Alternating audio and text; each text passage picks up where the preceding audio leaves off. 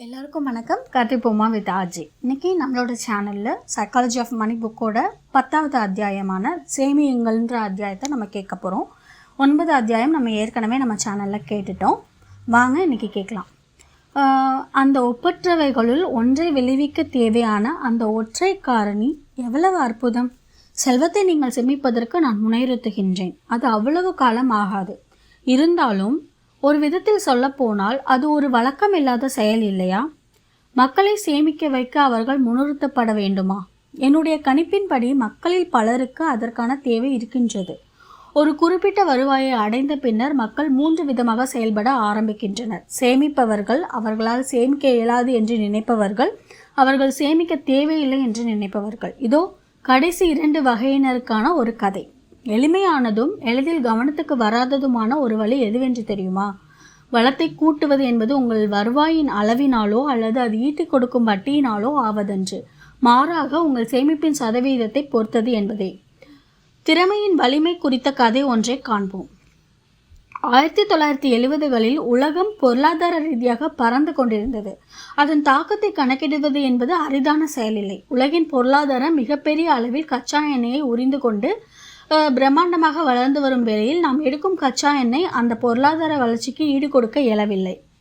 நல்ல வேளையாக கச்சா எண்ணெய் இல்லாமல் நாம் பின்னடையவில்லை. அதற்கு காரணம் தேவைக்கான கச்சா எண்ணெய் இருப்பை நாம் கண்டுபிடித்து விட்டோம் என்பதிலோ அல்லது அதை மண்ணுக்குழிலிருந்து உறிந்து எடுத்து விட்டோம் என்பதிலோ அல்ல. கச்சா எண்ணெய் பிரச்சனையை நாம் சமாளித்ததற்கான காரணம் நாம் பயன்படுத்தும் வாகனங்கள், தொழிற்சாலைகள், வீடுகள் ஆகியவற்றை மென்மேலும் திறப்படுத்தி எரிபொருளின் பயன்பாட்டை மட்டுப்படுத்தி விட்டோம் என்பதுதான். இன்றைய நிலையில் அமெரிக்கா $1 GDP மதிப்புக்கு 1950ஆம் ஆண்டை விட 65% குறைந்த எரிபொருளையே பயன்படுத்துகின்றது. மொத்த வாகனங்களின் சராசரி ஓடு தூரம் 1975ஆம் ஆண்டு இருந்ததை விட கேலனுக்கு 2 மடங்கு கூடுதலாக உள்ளது. 1989இல் இருந்த ஃபோர்ட் டாரஸ் சீருந்து வாகனம் ஒரு கேலன் எரிபொருளுக்கு 18 மைல்கள் ஓடியது. 2019இல் ஷெவ்வி சபர்பன் ஒரு கேலன் எரிபொருளுக்கு 18.1 மைல்கள் ஓடுகின்றது. உலகம் தன்னிடம் இருந்த மொத்த எரிபொருள் சக்தியின் இருப்பளவை பெருக்கியதால் வளர்க்கவில்லை, மாறாக தேவையை சுருக்குவதன் மூலம் வளர்த்தது.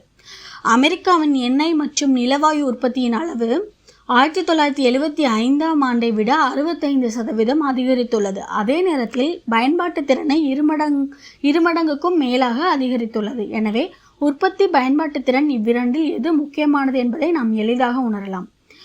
இதில் நாம் முக்கியமாக கவனிக்க வேண்டியது என்னவென்றால், உற்பத்திக்கான மூலங்களை கண்டுபிடிப்பது என்பது நமது கட்டுப்பாட்டில் இல்லை. ஏனென்றால் அது நிலவியல், புவியியல், தட்பவெப்பநிலை, புவி சார்ந்த அரசியல் ஆகிய காரணிகளின் மிகவும் குழப்பமான குலைவாக இருப்பதால் நிச்சயமற்றதாய் மூடுபொருளாய் உள்ளது. ஆனால் கிடைத்த எரிபொருளின் பயன்பாட்டு திறனை அதிகரிப்பது என்பது பெருமளவில் நம் கட்டுக்குள் வருவது. எளிய வகை வாகனத்தையோ அல்லது இருசக்கர ஊர்திகளையோ வாங்குவதன் மூலம் நாம் 100% எரிசக்தியின் பயன்பாட்டு திறனை கட்டுப்படுத்த இயலும். அந்த முடிவு நமது கையில்தான் உள்ளது. பணத்துக்கும் இதே கருத்து பொருந்தும். முதலீடுகளின் லாபங்கள் உங்களை செல்வந்தராக ஆக்கலாம். ஆனால் முதலீட்டுக்காக நாம் தீட்டும் திட்டம் பயன் தருமா? எவ்வளவு காலம் அது பயன் தரும்? சந்தை அதற்கு துணை வருமா? போன்ற இத்தகைய கேள்விகள் நம்முள் ஐயப்பாடுகளாகவே உள்ளன. வெற்றி பெறுவதற்கான சாத்தியம் நிச்சயமற்றதாய் மூடுபொருளாகவே உள்ளது.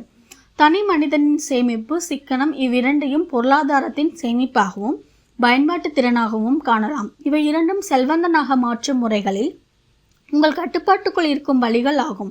மேலும் இவை இரண்டும் இன்றைய நிலையில் எந்த அளவு பயன்பாட்டு திறனை கொண்டுள்ளனவோ அதே அளவு எதிர்காலத்திலும் 100% பயன்பாட்டு திறனை கொண்டவையாகவே இருக்கும். கையிருப்பில் அதிகமான பணம் இருப்பதையும் அல்லது மிகப்பெரிய அதிக அளவிலான லாபத்தை பெறுவதையும் மட்டுமே செல்வத்தை பெருக்குவதற்கான வழிகளாக எண்ணி இருந்தால் அது அவநம்பிக்கையை ஏற்படுத்தும். இந்த நிலை 1970களில் கச்சா எண்ணெய் தீர்ந்து போய்விட்டால் நொடித்து போய்விடுவோம் என்று எண்ணிக்கொண்டிருந்தவர்களின் நிலையையே ஒத்திருக்கும். எதிர்கால பாதை மிகவும் கடினமானதாகவும் நம் கட்டுப்பாட்டில் அடங்காததாகவுமே தோன்றும். உங்கள் சேமிப்பையும் சிக்கனத்தையும் உங்கள் எதிர்காலத்தையோடு பொருத்தி பார்த்தால் எதிர்காலத்தின் விதி உங்களுக்கு தெளிவாக புரிய ஆரம்பிக்கும். உங்கள் வருவாயிலிருந்து உங்கள் செலவுகள் போக விட்டுப்போன அந்த மிகைகளின் மொத்தமே உங்கள் செல்வம். அதிக வருவாய் இல்லாத நிலையிலும் உங்களால் சேமிக்க இயலும். ஆனால் அதிக சேமிப்பு விகிதம் இல்லாமல் உங்களால் சேமிக்க இயலாது.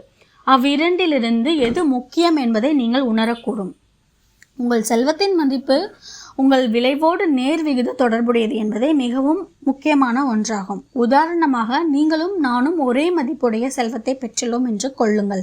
நீங்கள் என்னை விட திறமையான முதலீட்டாளர் என்று கொள்வோம். என்னால் ஆண்டுக்கு 8% லாபத்தை ஈட்ட இயலும். அதே நேரம் உங்களால் 12% லாபத்தை ஈட்ட இயலும் என்று கொள்வோம்.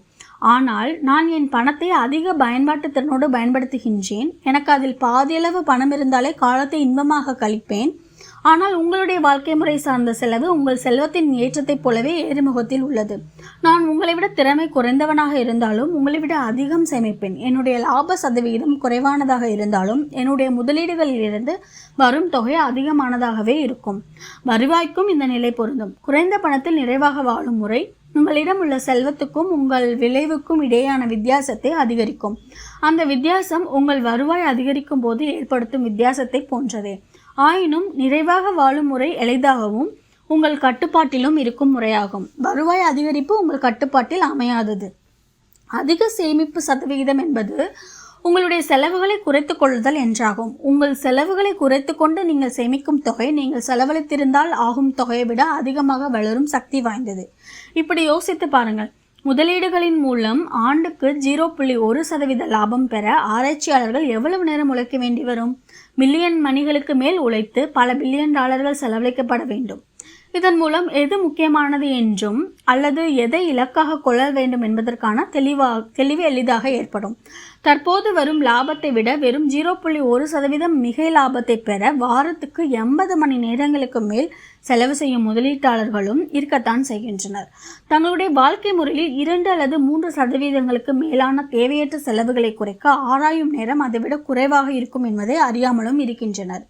முதலீடுகளிலிருந்து வரும் பெருமதிப்பு லாபங்கள், மிகையான மாத வருவாய் ஆகிய இரு முறைகளும் மிகவும் மகிழ்ச்சிகரமானதாகும். சிலர் அவற்றை அடையவும் செய்கின்றனர். ஆனால் உண்மையில் மிக பெரும் அளவிலான உழைப்பு வருவாயின் ஒரு தரப்பில் மட்டுமே குவிக்கப்படுகின்றது. மறுதரப்பில் மிகவும் குறைவான கவனமே இருப்பதால் சிலருக்கு அதுவே பெருத்த வாய்ப்பாகின்றது. ஒரு குறிப்பிட்ட வருவாயை அடைந்த பிறகு உங்களுக்கு தேவையானது உங்களுக்கு தற்பெருமைக்குள் எவ்வளவு அடங்குகிறதோ அவ்வளவே. ஒவ்வொருவருக்கும் அடிப்படை தேவைகள் அவசியமானவை. அவற்றை அடைந்த பின்னர் அடுத்த நிலையில் வசதிக்கான தேவைகள் வருகின்றன. அவற்றையும் கடந்த பின்னர் உயர் வசதிகள், பொழுதுபோக்கு, அறிவு தேடல் ஆகியவை சேர்ந்த தேவைகள் வருகின்றன. அது குறைந்த அளவே ஆயினும் தேவைக்கு அதிகமான வசதிகளுக்காக செலவு செய்தல் என்பது தற்பெருமையின் வெளிப்பாடே ஆகும். அத்தகைய செயல் நாம் பெற்ற அல்லது பெறப்போகும் செல்வத்தை மற்றவர்களுக்கு காட்ட துடிக்கும் தற்பெருமையே ஆகும். இப்படி சிந்தித்து பாருங்களேன். உங்களுடைய சேமிப்பை அதிகரிக்கக்கூடிய வழிகளில் வலிமையான வழியாக வருவாய் அதிகரிப்பு என்றுமே ஆகாது. உங்களுடைய தன்னடக்கத்தை அதிகரிப்பதன் மூலமாகவே சேமிப்பின் அதிகரிப்பு சாத்தியப்படும்.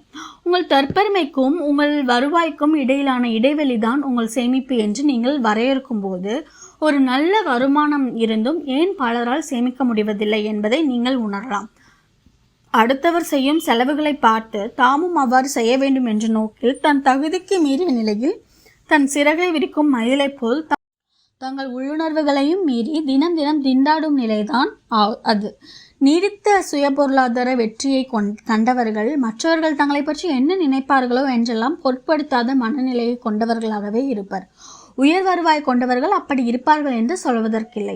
மக்களின் சேமிப்பு திறன் அவர்கள் நினைக்கும் அளவை விட அதிக கட்டுப்பாட்டில் தான் இருக்கின்றது. குறைவாக செலவு செய்தால் சேமிப்பு சாத்தியப்படும். உங்கள் ஆசையை குறைத்தால் உங்கள் செலவு குறையும். மற்றவர் நம்மை எப்படி நினைப்பார்களோ என்பதை பற்றி கவலைப்படாமல் இருக்கும் குணத்தால் உங்கள் ஆசையும் குறையும். நான் இந்நூலில் பெரும்பான்மையான இடங்களில் என் வாதமாக வைப்பது பொருளாதாரத்தை விட மனோநிலையை பொறுத்தே பணம் அமைகிறது என்பதே. நீங்கள் சேமிக்க எந்த ஒரு சிறப்பான காரணமும் தேவையில்லை. சிலர் சேமிப்பதன் காரணமே அவர்கள் மொத்தமாக விலை கொடுத்து ஒரு வீட்டை அல்லது புதிய வாகனத்தை வாங்கவோ அல்லது தங்களுடைய ஓய்வு கால உதவிக்காகவோ ஆகும். அது மிகவும் சிறப்பானது தான். ஆனால் குறிப்பிட்ட எதையோ ஒன்றை வாங்குவதற்காக மட்டுமே சேமிக்க வேண்டும் என்று இல்லை. சேமிப்பதற்கென்றே நீங்கள் சேமிக்கலாம். அப்படித்தான் நீங்கள் செய்தல் வேண்டும். ஒவ்வொருவரும் அப்படித்தான் செய்தல் வேண்டும். எதிர்பார்ப்புகள் நிறைந்த இந்த உலகத்தில் எதையோ ஒன்றை வாங்க விரும்பி சேமிக்கும் முறையே அறிவார்த்தமான முறையாக கருதப்படுகின்றது. ஆனால் உங்களுடைய நிலை அப்படியே இல்லை. வாழ்க்கையில் உங்களை நிலைகுலைய செய்யும் தவிர்க்க முடியாத மிகவும் கோரமான தருணங்களில் உங்களுக்கான வேலையாக அமைவது சேமிப்பே ஆகும். வெறும் செலவுகளை மட்டுமே இலக்காக கொள்ளாத சேமிப்பின் மற்றும் ஒரு பயன் 7ஆம் அத்தியாயத்தில் நாம் ஏற்கனவே விவாதித்ததாகும். அது உங்கள் காலத்தை உங்கள் கட்டுப்பாட்டுக்குள் வைத்திருக்கும் பயனாகும்.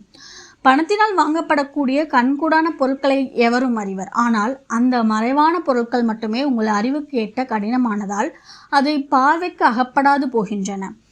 கண்களுக்கு புலப்படாத அத்தகைய பயன்களை மிகவும் மதிப்பு மிக்க இன்பத்தையும் அதிகரிக்க செய்யும் திறன் கொண்டவைகளாக அமைகின்றன.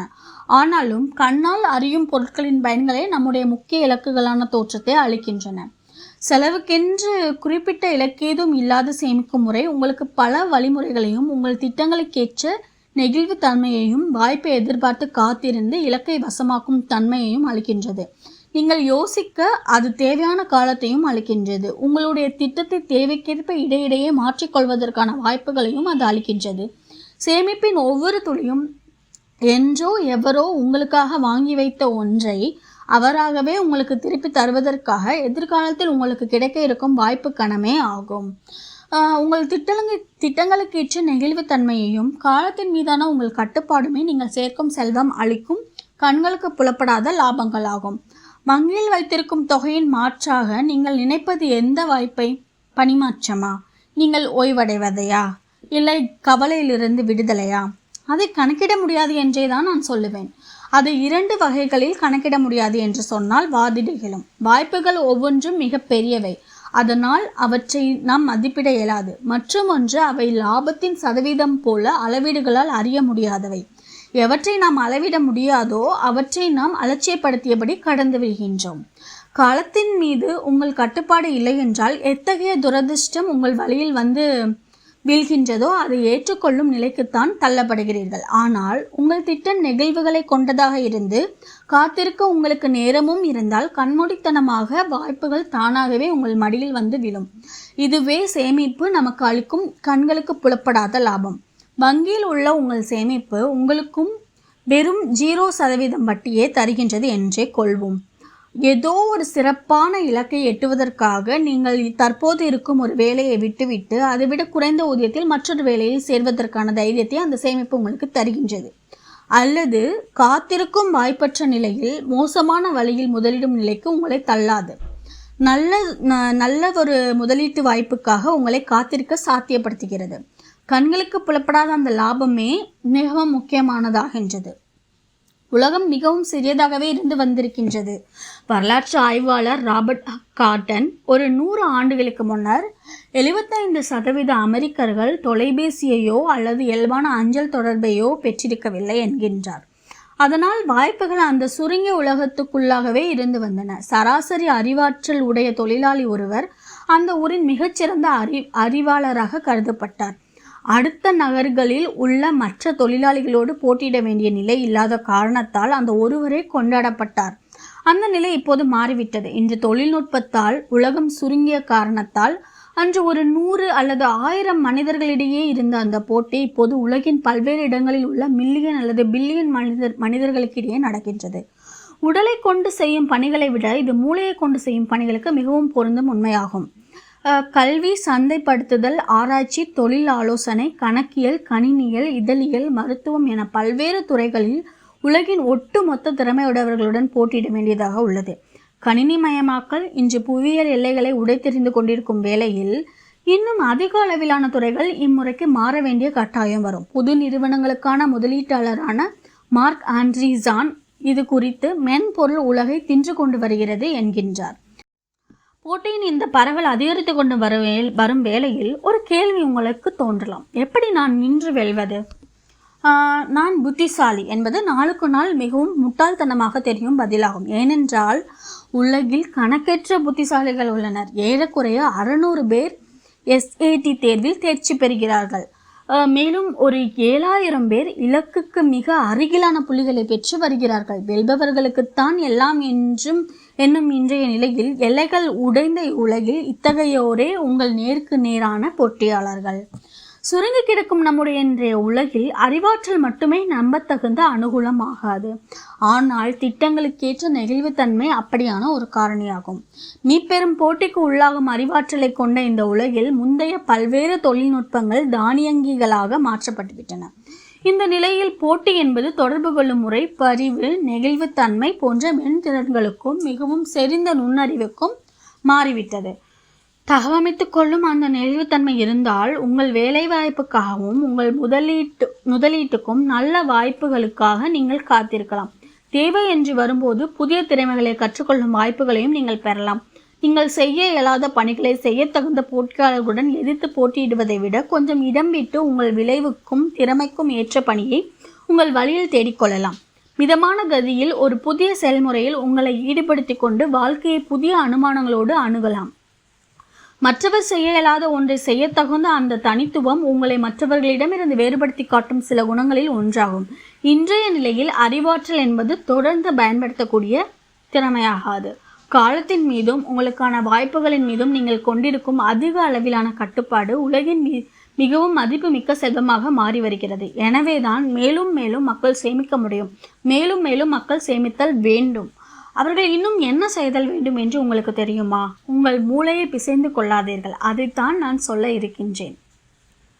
ஸோ இதோட நம்மளோட 10வது அத்தியாயம் சைக்காலஜி ஆஃப் மணி புக்கோட 10வது அத்தியாயம் நிறைவுற்றது. இந்த கண்டிப்பாக உங்களுக்கு பயனுள்ளதாக இருந்திருக்கும்னு நான் நம்புகிறேன்.